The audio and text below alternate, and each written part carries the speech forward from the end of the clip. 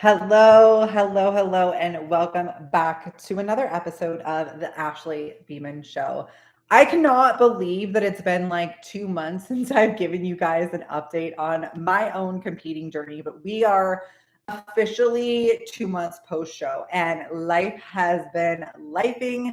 I thought, why not jump on and give you guys a little update, share how the reverse diet is going, share just like whatever comes to mind. I have so much that I want to share, and I did not make any notes, which means that this will probably be a very ADHD Ashley style podcast episode. So I hope you are in for the ride. Buckle up. Let's go. Let's talk about it. So I think that the last episode that I left off talking about prep was my actual post show experience. So 2 months ago, I wrapped up my fourth bodybuilding competition. It was such a great show. It was such a great season. It was such a great prep. I am so thankful for the experience that I've had over this past year.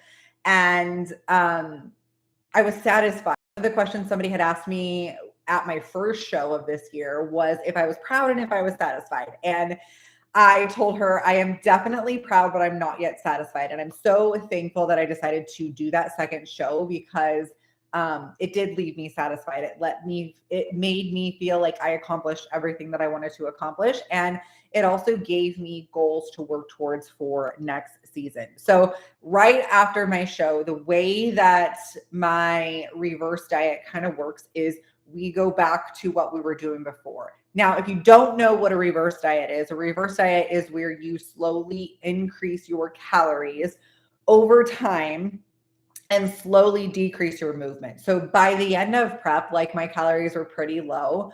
And I was doing anywhere from like an hour to 2 hours of cardio, just depending. And when I say that, part of that was walking, some of that was on the bike, some of it was on the elliptical. It wasn't like intense, like HIIT cardio. It was pretty much like steady state cardio. So we slowly bring those things down and we slowly raise up the calories with the goal of maintaining as much results as possible. Now, I know that that can be a very controversial topic when it comes to the competing world. Like, how much weight should you put on in your improvement season, or how much weight should you put on after a show? And here's the honest truth. And something that I wish more people would talk about and more people would share is the fact that every single body is different. Every single body will respond differently to a reverse diet. Every single person's goals are different. And depending on what your goals are, what your life is like, what is going on, will depend what you look like in your off season, will depend what you do through your reverse diet. Sometimes things are out of our control and things happen. Other times they're not. Now, for me specifically, I'm going to share my goals, what we're working towards, what our judges' feedback was, even though I did share that in the post-show update that I gave. After my show, I got feedback from the judges, and the feedback was like, you have the muscle. You are there. You just need to bring your waist in a little bit more. You need to work on your stage presentation. You need to work on posing and just keep going, basically. So therefore, I do not have a ton of muscle to build in my off season. And one of my goals was to maintain closer to stage weight than I have in the past. So like my last year of competing in 2024, I actually ended up gaining 22 pounds, which was not on my bingo card, but it happens. And honestly, I think it happens to everybody when they compete at some time or another. And I also think that it's something that you just have to go through so you can grow through it, so that you can come out on the other side. You can learn from your mistakes. There's no failure. There's only feedback. And so we started having this conversation back before we even started prep, right? I want to nail my reverse. I worked on my relationship with food. I worked on the way that I showed up. I worked on just my mindset around reverse dieting, around improvement season, way before I even stepped on stage. And I think that's something that a lot of people miss. So our goal was to stay like at a certain range, not very high from stage weight, and be able to kind of decide, like, not have to prep as long. Like my prep for my last show was 32 weeks. And to be honest, that was a very long prep. And if I'm really being honest about it, I have been 100% on basically since last September. So I signed with my coach in last September. When I came to her, I was really struggling because I was struggling with the 22 pounds that I had put on. I felt like I wasn't being heard. I felt like I wasn't being pushed in the right direction. And I was just uncomfortable. And she gave me the plan that I needed. And so we kind of started like a mini cut, a body recomposition phase through the last half of last year. So from September to January, we were eating like slightly below maintenance, not in a huge deficit. But I was 100% on. Like I did exactly what she said. I did progressive overload. I built my glutes in like 4 months and my shoulders. It was absolutely insane. I don't even see, here comes the ADHD. We don't even remember where we were going with that. And so that was a really long time to be that dialed in. And there we go. We've lost the train of thought. So anyways, I had been 100% dialed in for that long. And the goal, I remember what I was saying, is the goal moving forward was to not have to do that long of a prep, to maintain some of the results that we had achieved, like not just blow them out of the water because we don't have a lot of muscle to gain. And not only that, but my feedback was to come in tighter or make the illusion of a slimmer waist and that sort of thing. So I don't want to make that harder on myself by gaining a bunch of unnecessary weight. That's not what we have to do. So coming out of the show, we really did great with the reverse diet. Now, before I competed, actually the weekend before my show, we actually found out that we were going to be moving from where we were. And the plan was that we were going to be moving in January. I also knew that I had a family cruise in the second week of October. So the goal with the reverse diet was to get to a point where I didn't have to track on the cruise. I could intentionally eat. I could take a deload week for my workouts and just like enjoy myself that week, celebrate all of the things that we had celebrated. Well, after my show, we actually ended up finding out that we were going to move a lot quicker. Like things just started to snowball really quickly. We found the house that we wanted and we couldn't wait. We had to jump on it and we had to get out of the other house rather quickly. And then we also had the cruise coming up. So through all of that chaos, I was able to stick to my reverse diet 100%. There were some times where I was just like, I need some more food. But it all ended up in my favor. Then we went on the cruise and I made a really great plan with my coach when we were on the cruise or before we went on the cruise. And she was telling me about how she had gone on a cruise after one of her competitions, like 4 weeks out. And what happened was as the days went on, she kind of cared less and just started eating whatever. And I was like, no, I'm going to stay like really intentional on the cruise and it'll be what it'll be. Well, if you go back on my Instagram or my TikTok or anywhere, you will see that as the cruise went on, the less F's I gave and the more food I ate. Because what else is there to do on a cruise? You're just like walking around eating. That's it. So I was like, you know what? Screw it. I'm just going to enjoy myself. I ended up gaining like 9 pounds on that cruise. But then when we got back, I kind of just jumped back on plan. Now, like I said, there were a lot of things that were going on in my life, not just moving. There were some personal things going on. And it just felt like a ton of chaos. And so I did the best that I could in October. Right now I am maintaining anywhere from like, just depending on the day, the scale has kind of like jumped around, which I consider that maintenance. A lot of people think that you get to a certain like weight and you just kind of stick there. But generally speaking, what I've seen with working with hundreds of women and also with myself is that maintenance is a range. And so we are sitting at the range that I want to sit at. I'm about 8 to 10 pounds over stage weight, and I really don't want to gain any more fat. With that being said, I did have a little like come to Jesus conversation with my coach yesterday, and we were talking, and I was like, okay, reflecting back on the month of October, I felt like I did what I could with what I had, but also I don't feel like I was dialed in the way that I normally am. I don't feel like my standards were there with food. I definitely stuck to my workouts. I stuck to my cardio. Now food, I would say, was about 80% on. And there were definitely areas that I could tweak and that I could make better. In fact, the week after the cruise, I came back and we decided not to bump my calories because we wanted to see my weight stabilize a little bit and come down. And the week after, I could not stick to those macros. Like, I was overeating every single day. Now, when I say that, I was not binging.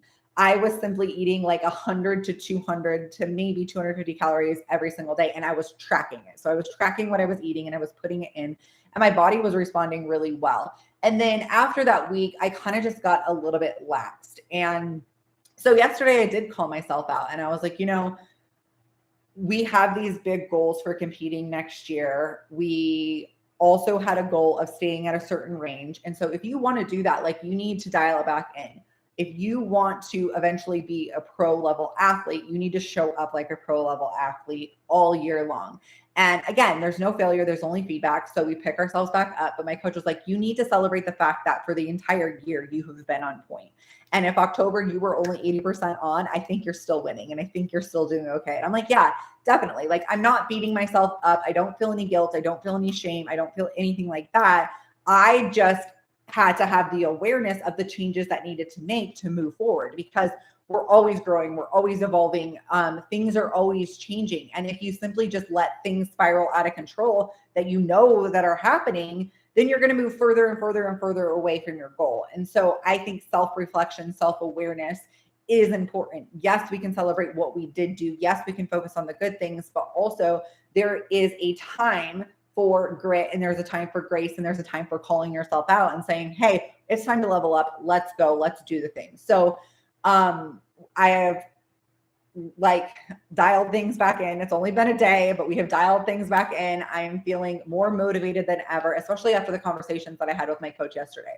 So at this point, we're pretty much in improvement season. Your reverse diet tends to take like 4 to 8 weeks, just depending. And I think moving into we're going into week 8 post show, that we're there. We're at the point where we can maintain where we're at. Calories are raised up. Now, they're not as high as they have been in some of my improvement seasons. However, I'm really comfortable with the amount of food that I'm having right now. And if we move on, we could definitely raise it up. Of course, I don't want to start prep at super low calories. Last year, we were still in a bit of a deficit when we started prep. So I had been in a deficit for almost a year, and your body needs time to recover from that. It needs time because a deficit is putting stress on your body. So you need your body to recover. You need your hormones to recover. I actually had my hormones tested right before we went on the cruise, and everything looks great. There were some numbers that were a little high compared to where they need to be.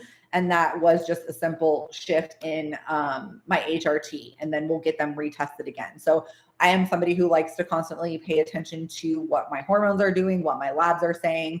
I am not somebody who's willing to do anything in order to get on stage, or my health, my mental health. Those are my number one priorities when it comes to competing. And the stage will always be there, but what's most important to me is my health and my mental health and the way that I can show up in the world. So that's always what's important. I am not the person who is willing to do anything to do on stage. I will do a lot of things, but I'm just not willing to do everything, because that could be very detrimental to your health. That could be very detrimental to your mental health. It could ruin relationships. It could ruin a lot of things.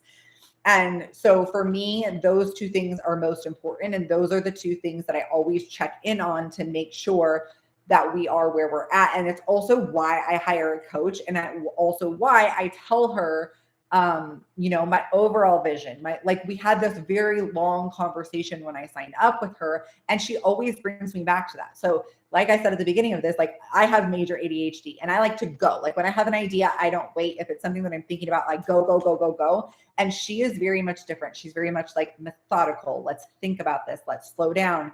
Let's make the bigger plan. Let's look at the bigger picture. And I'm so thankful to have her, because she grounds me. She brings me back. And so like this past week or so, shows have been coming out for 2026, and I've been looking at all of the shows. And it was so funny because there was one night we were sitting down to watch a Netflix show or something, and I had pulled up the AZ and PC website that lists all the shows, and shows hadn't been dropped, but they were starting to show up for 2026. And my husband looked at me. I guess I must have had this look on my face, and he's like, "What are you looking at?" And I was like, "Shows for 2026." And he said, "Oh, so you're not going to be able to focus on the show that we're watching right now because you are going to be calculating weeks and months and shows and prep and all that in your head?" I said, "Yep, absolutely." And sure as shit, that's what I was doing. And so at first, my original thought was that I would be competing in May of next year. And as the shows started to roll out in Arizona, I realized that there isn't actually a show that I can do in May of next year. It's a natural show. And because I'm on hormone replacement therapy, I can't do a natural show.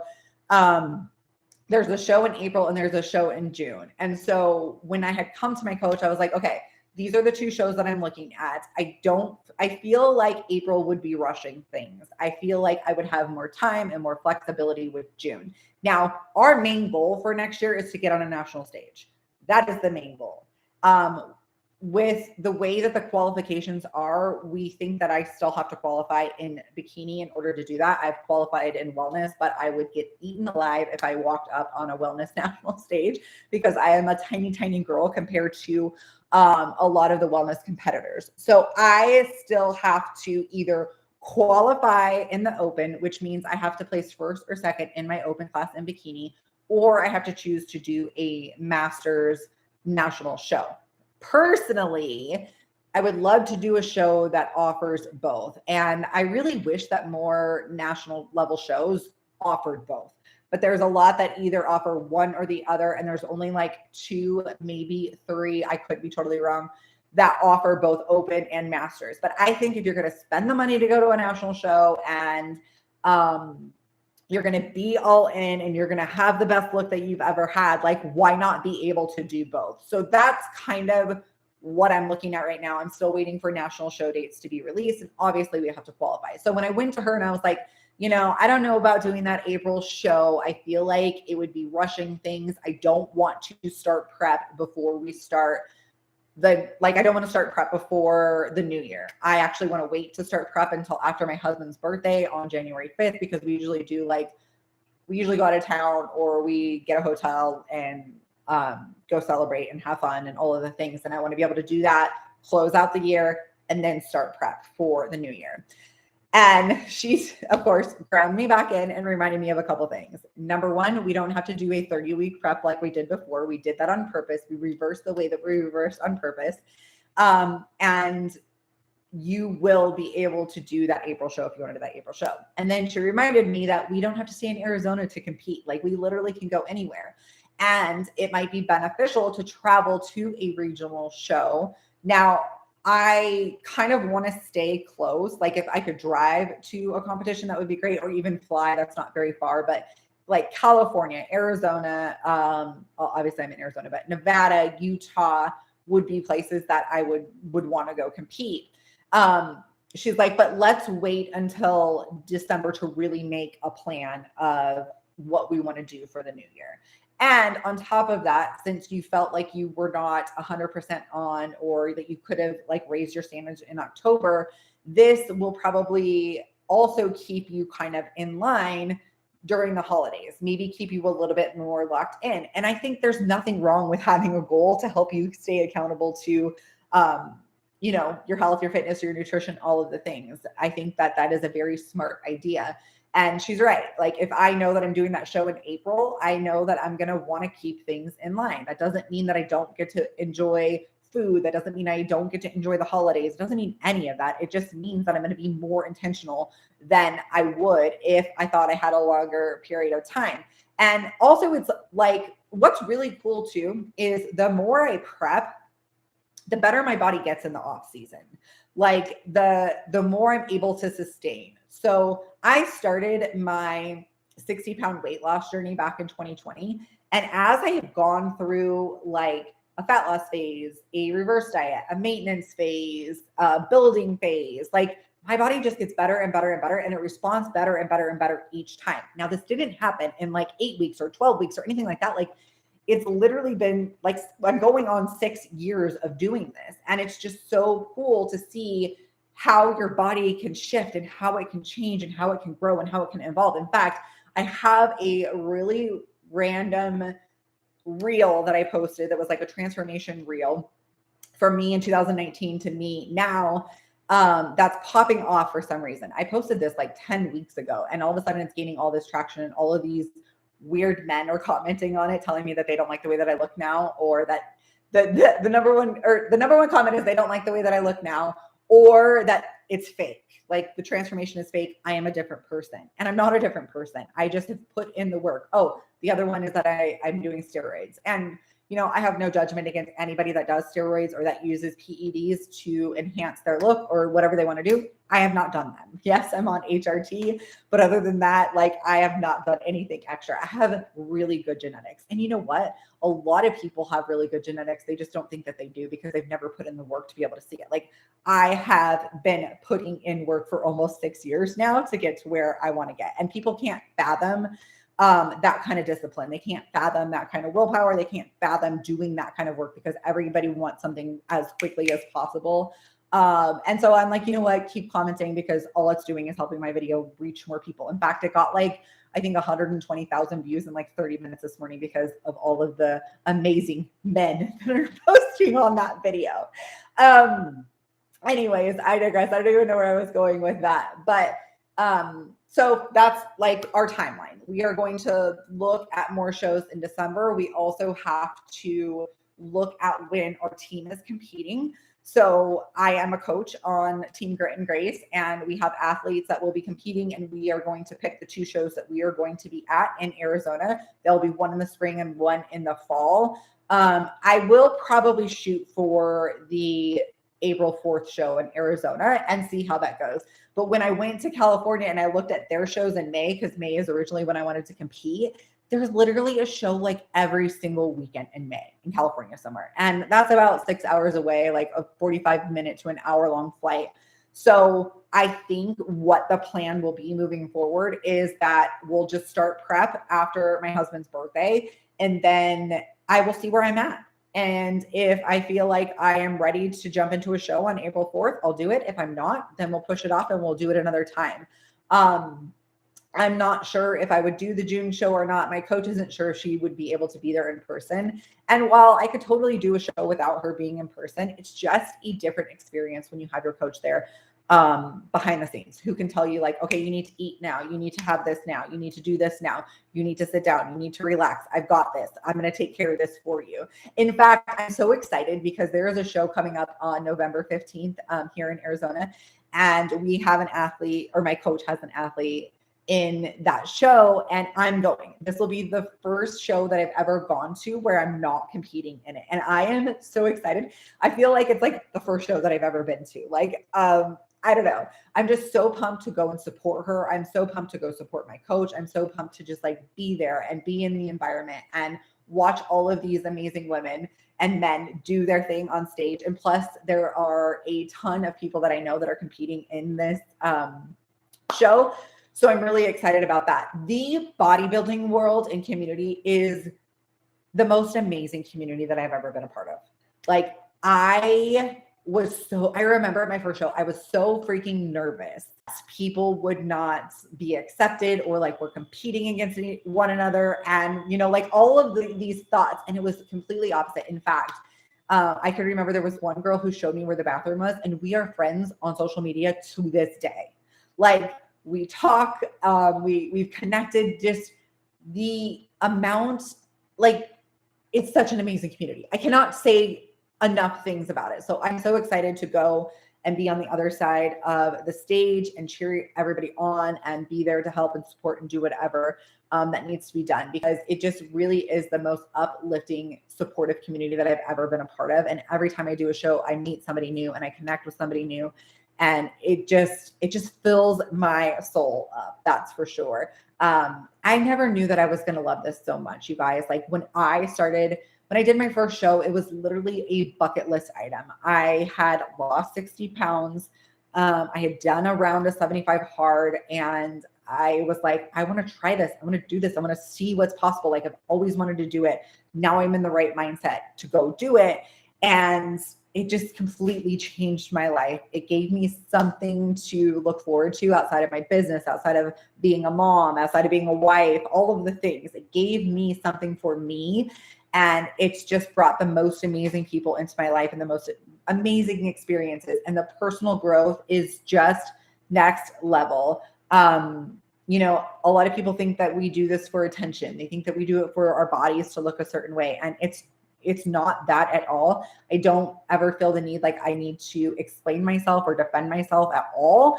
But competing has taught me so much about myself. It has helped me to deal with so many different situations, like the absolute chaos that we walked through in October.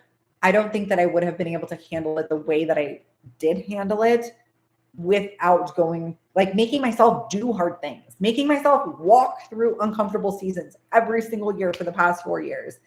It's so life-changing. So that is currently what's going on. My coach gave me new workouts when I came back from the cruise. So I've been doing those now for about 3 weeks. They are insane, but I am happy to be back to working out 5 days a week. So I currently have 3 leg days, which are mostly glute days, because glutes and back are the only 2 things that we're really focusing on growing. So I have 3 leg days. I have 1 back day, which I love. It's one of my favorite days.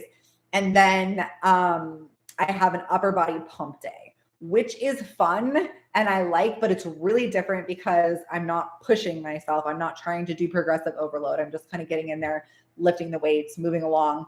And that is different, but we are leaning into the season, and we are, you know, being where our feet are, and we're just putting one foot in front of the other.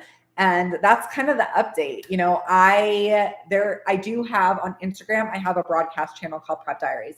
I share in there everything, like nothing is off the table. And at first I was like, I don't think anybody is going to want to listen to this, because I go in there and I leave voice notes every single day. Sometimes they're 3 minutes, sometimes they're 10 minutes. But I also don't see anybody else sharing the way that I share. And I always like to fill the gaps in the things that I see, and the things that I'm like, okay, I would love to see somebody sharing like all of this, because oftentimes what happens is you'll see somebody go through prep and then all of a sudden they disappear and they don't talk about anything. And I'm like, what's going on after that? Like, we don't just bodybuild during prep. Like, most of the work that we do is in our improvement season. Like, I want to hear your feelings. I want to hear your struggles. I want to hear the things that are going good. And that's what I share inside of there. So if you're not inside of there, I want to invite you over to Instagram, get inside of Prep Diaries, listen to all my vulnerable shares. And I'm sure I will be giving you guys an update in the next month or 2. If you guys have any questions about my journey or about competing in general, send me a message. Maybe I'll do another podcast episode with my coach. That would be fun to do, to kind of answer like everybody's questions and those sorts of things. But that's a wrap. That's what I have for you guys today. I hope you guys enjoyed this episode, and I will talk to you soon.